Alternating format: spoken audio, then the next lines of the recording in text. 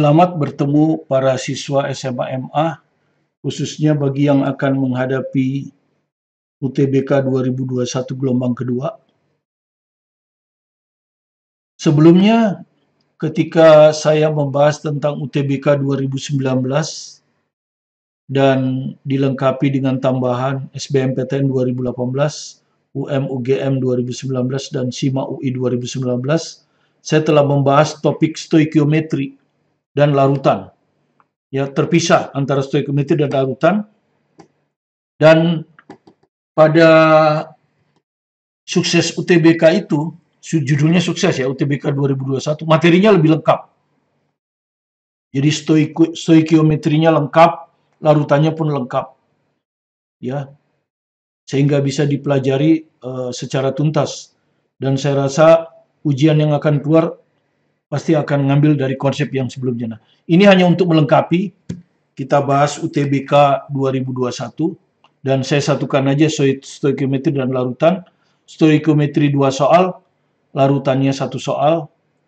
Ya, stoikiometri itu selalu keluar karena merupakan jantung dari kimia, dan larutan juga selalu keluar. Karena kalau kita bicara tentang kimia, tentu larutan inilah yang paling banyak kita jumpai dalam memberikan suatu reaksi.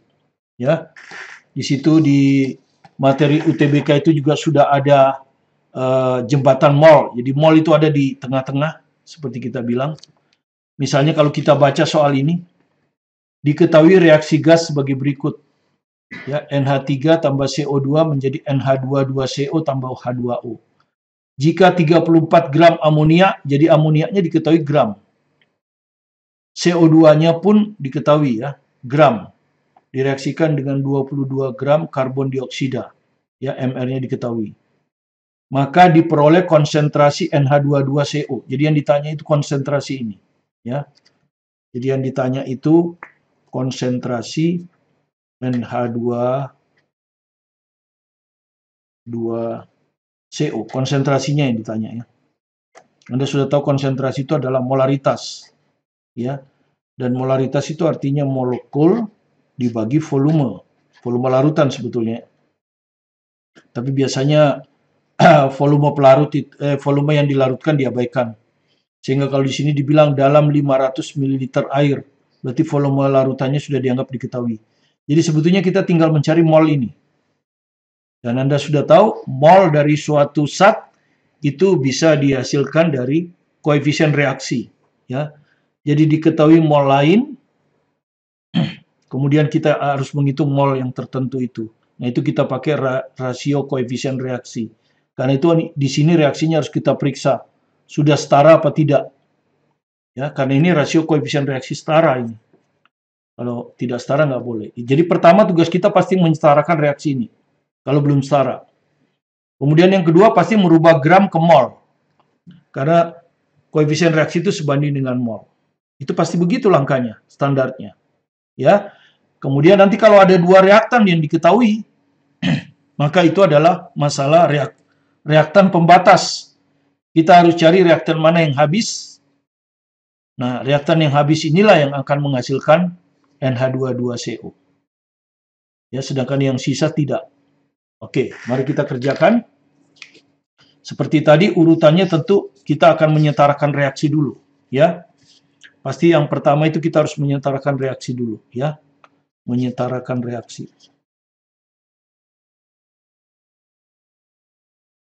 Ya, kita setarakan dulu ya. Ini NH3 ditambah CO2 menjadi NH22CO ditambah H2O. Nah, ini artinya koefisiennya belum ada ini. Kita anggap semua belum ada. Bisa kita isi sesukanya. Nah, biasanya kan kita pakai cara coba-coba kan? Ya, cara coba-coba. Tapi kita selalu harus memilih unsur yang ada satu di kiri dan ada satu di kanan ya. Kita sebut 1 lawan 1. Ya, 1 lawan 1. Misalnya nitrogen. Hanya ada di sini dan hanya ada di sini. 1 lawan 1. Oke, di kiri ya biasa di sini ada kiri, di sini ada kanan. Harus sama kan? Di kiri nitrogennya baru ada 1. Ya, berapa kali 1? Berapanya terserah nanti. Yang sebelah kanan, N-nya ada 2 kali berapa? Berapa kali 2? Nah, kita samakan kan?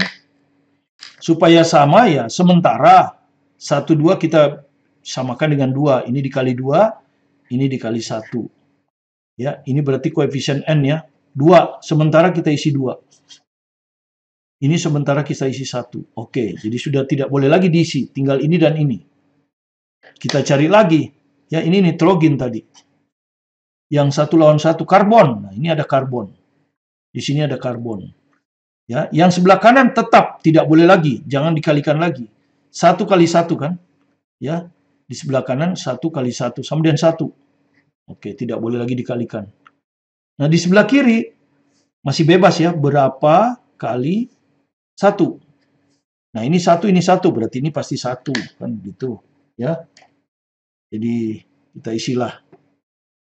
Ini 1. Ya, berarti di sini 1. Nah, seperti itu ya. Oke, terakhir tinggal ini yang belum. Ya, dan tidak ada lagi 1 lawan 1 ya. Jadi Anda boleh pilih hidrogen, boleh oksigen. Ya, mungkin oksigen yang lebih gampang ya. Ini tadi karbon ya. Sekarang oksigen. Di sebelah sini 1 kali 2. Udah harus, tidak boleh lagi 2, tidak boleh lagi. Oksigen ada di sini dan di sini. Di sini 1, tidak boleh lagi. Tambah, di sini berapa kali 1. Kan gitu. Di sini 2, ini 1. Berarti ini harus 1 ya. Berarti ini harus 1.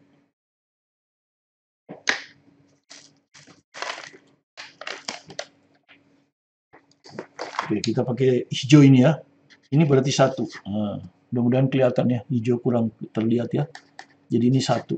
Nah, kalau Anda mau cek secara cepat hidrogen. 3 kali 2, 6 ya. 2 kali 3, 6. Ini 2 kali 2, 4.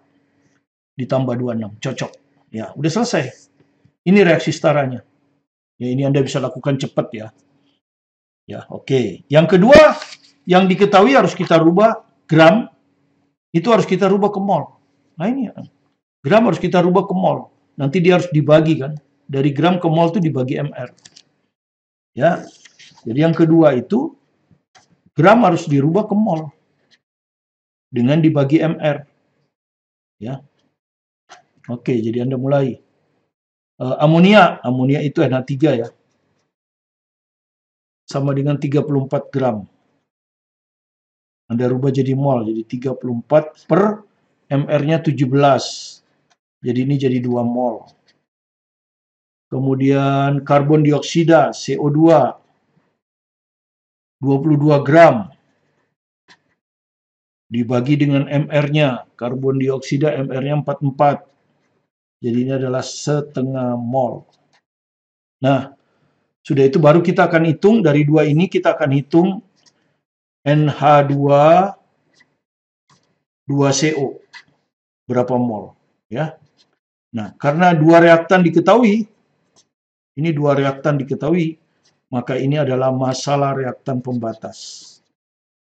Ya, jadi masalah reaktan pembatas dan sudah dijelaskan ya di UTBK ya. Kalau Anda belajar dari UTBK sukses UTBK SBMPTN yang referensinya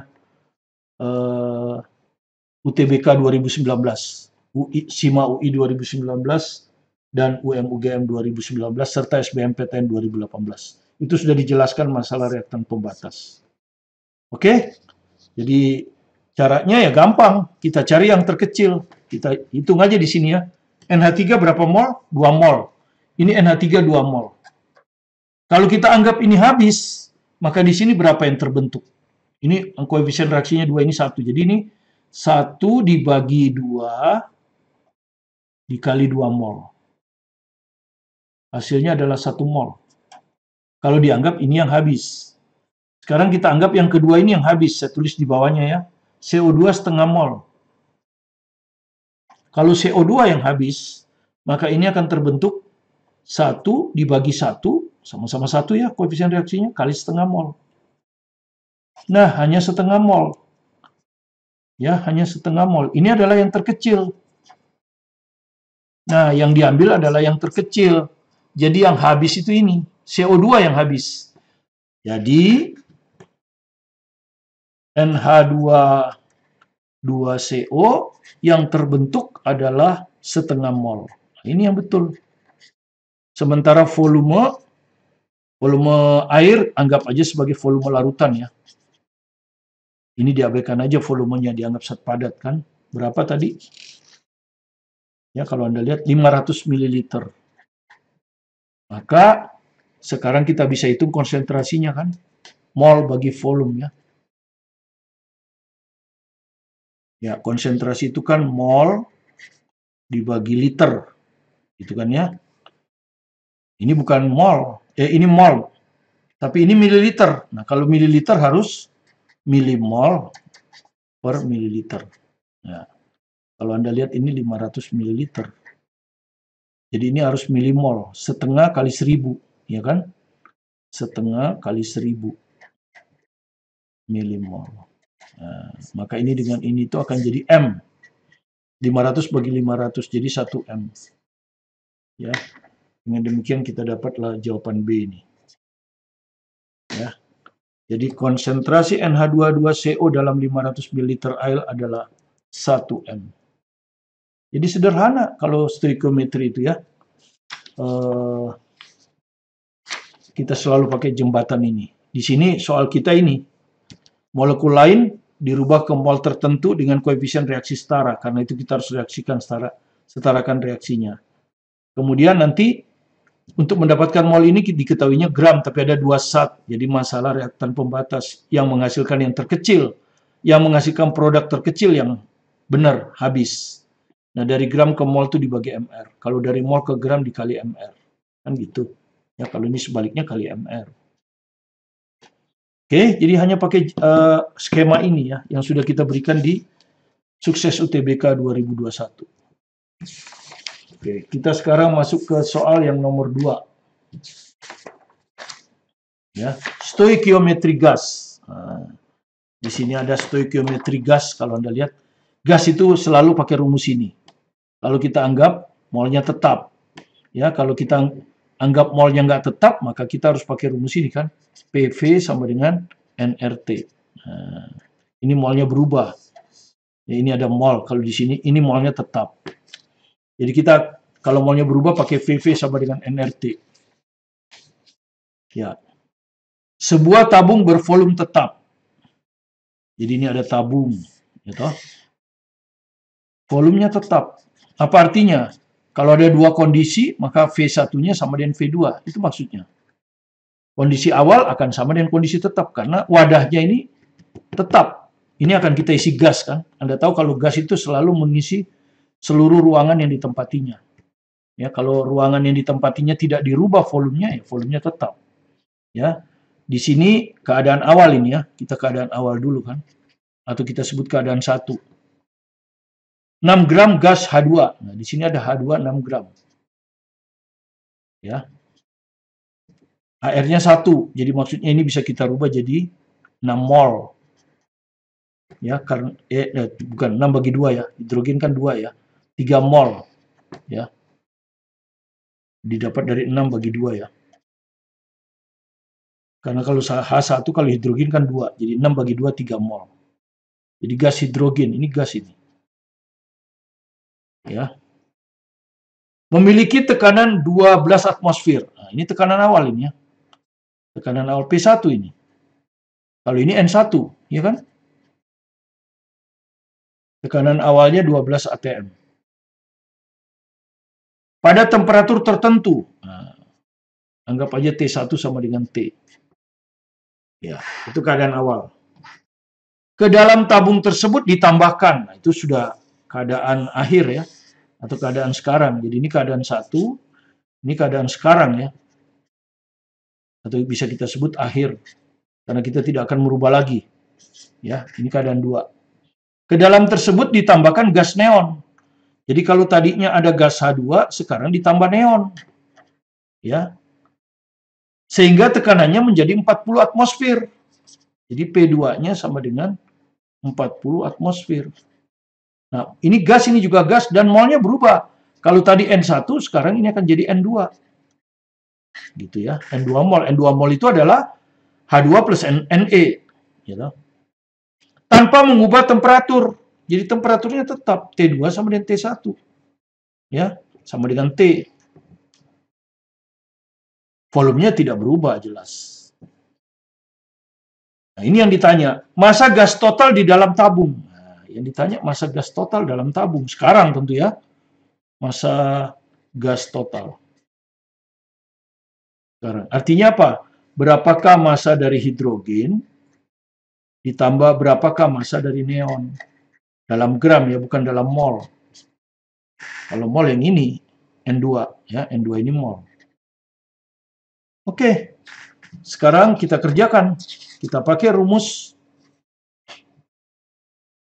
PV sama dengan nRT. Nah, begini kan ya. Di sini yang ada tekanan, volume, NT. Jadi R-nya ini bilangan tetap. Ya memang tetapan gas ini. R itu tetapan gas tetap. PV per NT. Nah, ini tetap memang. Untuk gas apa saja tetap. Artinya kita akan bandingkan 1 dan 2. Jadi nanti ini, misalnya kita 2 dulu ya. Jadi ini nanti P2 kali V2 sama dengan N2 kali T2. Begini kan ya. Akan sama dengan P1 V1 per N1 T1. Kemudian yang sama kita coret. P1 sama dengan V2 coret. Kan begitu. Terus suhunya tidak dirubah. Coret lagi. Ya. Tekanannya berubah. P2 40 nih. P2 40. Ya. N2 nggak tahu. Ya itu yang mau kita cari kan nanti. Baru kita bisa jawab pertanyaannya. P1 12. N1 ini 3 mol ya. H2 6 gram kan 3 mol. 3. Ini kalau kita coret 4. Jadi dari sini kita dapat N2 itu 10 mol. Tapi perhatikan N2 itu terdiri dari H2 dan neon. Jadi jumlah mol H2 ditambah jumlah mol neon itulah 10 mol. Nah, kita tadi udah tahu bahwa H2-nya 3 mol ini. 3 mol ini. Ini diketahui sudah ya, kita sudah ini. Dengan demikian neonnya adalah 10 kurang 3. 7 mol. Nah, sekarang yang ditanya berapa massa gas total, berapa massa hidrogen, berapa massa neon. Jadi mol ini harus kita bawa ke gram kan? Nah, tadi sudah.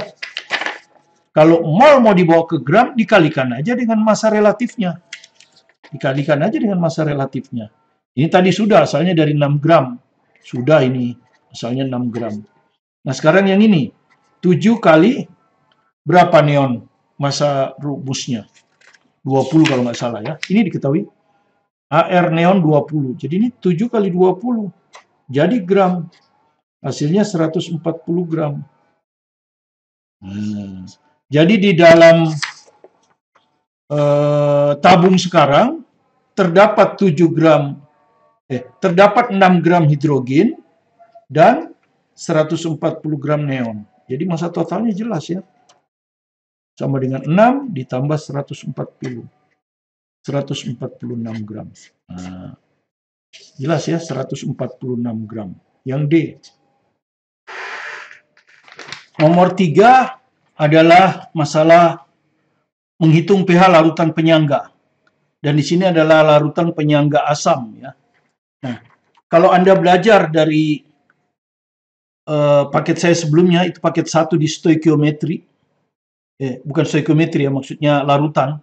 Itu ada sukses TKA Saintek Kimia, UTBK SBMPTN, judulnya larutan ya. Bukan yang stoikiometri, tapi larutan. Jadi ada soal menghitung larutan pH penyangga asam. Nah ini, pH larutan penyangga asam. Jadi sudah ada. Itu soal SIMA UI 2019. Ya, tapi ini ngitung pH-nya. Kalau di sini pH-nya diketahui. Yang dihitung yang lain. Tapi mirip soalnya, ya. Jadi di sini asamnya asam benzoat, asam lemahnya. Di sini asam lemahnya adalah asam asetat. Ya. Ada Ka, di sini juga ada Ka, ya, seperti itu. Kemudian kalau di sini lebih lanjut karena reaksi antara larutan asam benzoat dan basa. Baru nanti akan menghasilkan garamnya, ya, garam yang ada konjugasinya. Kalau di sini langsung, jadi ini lebih mudah sebetulnya dibandingkan yang nomor 10 ini, ya. Jadi artinya semua ada, dan ini lengkap ya. Kalau di paket yang ini lengkap ya, tapi judulnya bukan stoikiometri ya.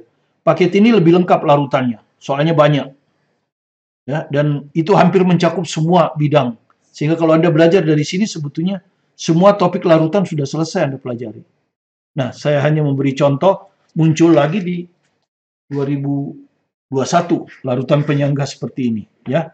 Kalau kita kerjakan, maka kalau kita baca, untuk membuat larutan penyangga dengan pH sama dengan 6. Jadi pH-nya sama dengan 6. Anda sudah tahu 6 itu lebih kecil dari 7. Jadi ini pasti pH buffer asam.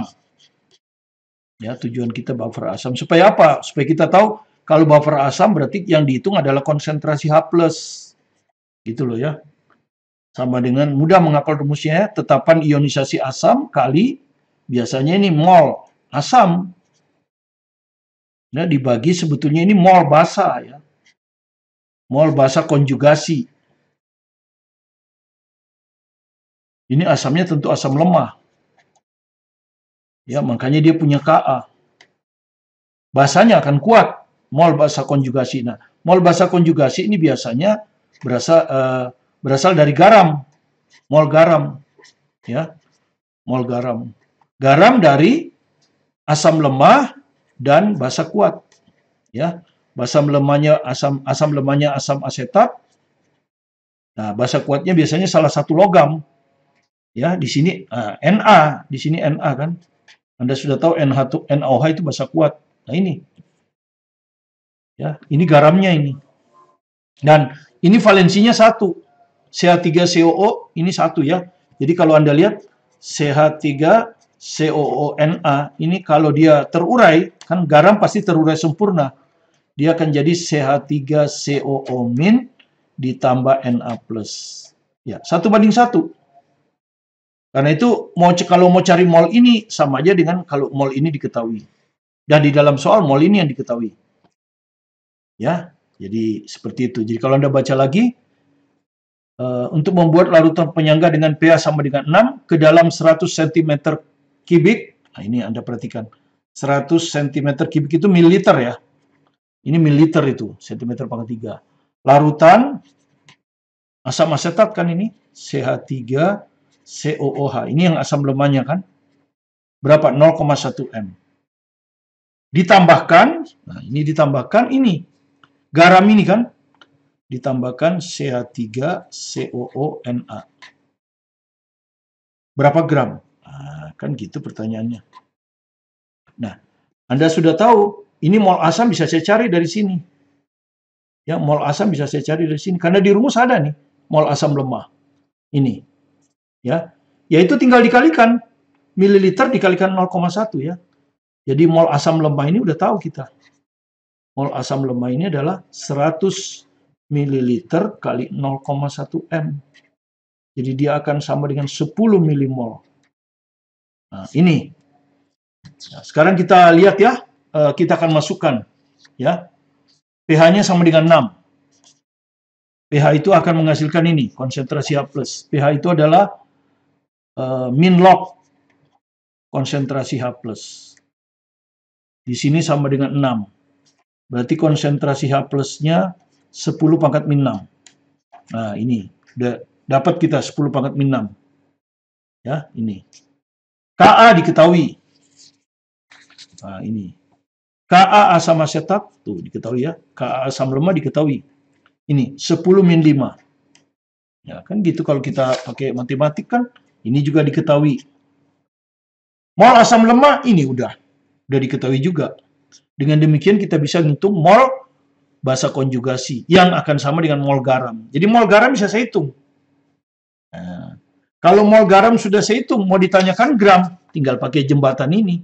Kalau mol garam sudah diketahui, ditanyakan gram, ya udah tinggal dikali mr. Tinggal dikali mr ini. Tinggal dikali mr ini kan.